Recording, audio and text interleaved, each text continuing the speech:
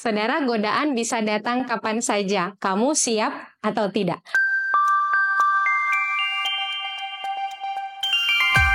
Mari belajar firman.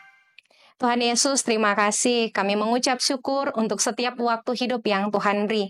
Kami mau taat, kami mau merenungkan firman. Tuhan, tolong kami supaya kami dapat mewujudkan kehidupan yang berkenan pada Tuhan.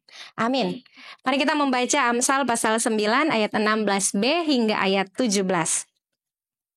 Dan kepada orang yang tidak berakal budi katanya, air curian manis dan roti yang dimakan dengan sembunyi-sembunyi lesat rasanya. Saudara, Amsal pasal 9 ayat 16b dan ayat 17 menggambarkan kebodohan seperti seorang perempuan bebal yang begitu menggoda. Rasanya menarik dan menyenangkan. Katanya seperti ini, air curian manis, roti yang dimakan sembunyi-sembunyi sedap rasanya. Sesuatu yang begitu memikat dan menyenangkan. Tapi tahukah kita bahwa semua ini adalah sesuatu yang semu kebahagiaan yang sesaat dan pada akhirnya akan mencelakakan, akan membinasakan. Firman Tuhan hari ini mengajak kita untuk memperhatikan dengan teliti, dengan seksama setiap langkah kita, supaya kita tidak terjebak dalam godaan-godaan yang pada akhirnya kita jatuh dan menyebabkan masalah yang jauh lebih besar. Sesederhana ini kita bisa melihat lingkungan sekitar kita. Judi online, game online, prostitusi online kadang terlihat sebagai tawaran untuk menyelesaikan persoalan-persoalan dalam hidup.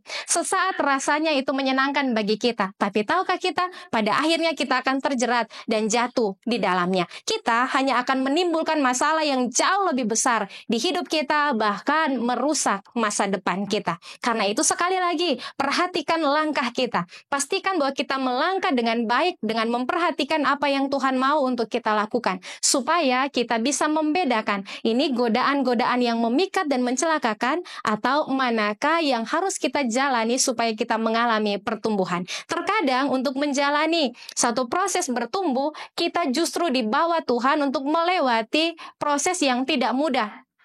Kita dibawa Tuhan untuk ada dalam situasi-situasi yang tidak menyenangkan hati, yang tidak sesuai dengan keinginan-keinginan kita. Tapi ketahuilah, justru dalam proses-proses yang demikianlah, kita bisa menjauhkan diri dari godaan-godaan yang mencelakai kita. Justru dalam proses-proses yang demikianlah, Tuhan memberi kita hikmat, supaya kita tahu membedakan mana yang harus kita ikuti, dan mana yang harus kita jauhi, karena itu sesaat dan membinasakan. Biarlah firman Tuhan hari ini menuntun kita semua untuk senantiasa punya pengetahuan yang benar di dalam Tuhan, sehingga kita bisa bertindak bijaksana melawan godaan-godaan hidup.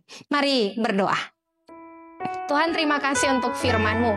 Ketika begitu banyak hal menggoda di hidup kami dan menjatuhkan kami, biar Tuhan pegang tangan kami, tuntun langkah kami untuk tetap berjalan setia melakukan kehendak Tuhan dalam firman-Mu. Amin.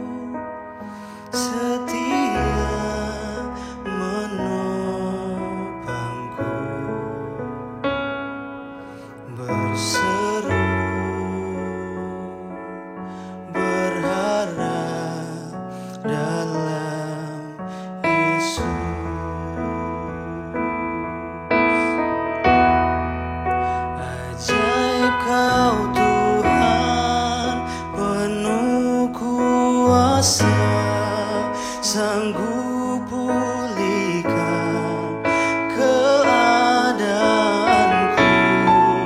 dalam tangan-Mu seluruh hidupku tak akan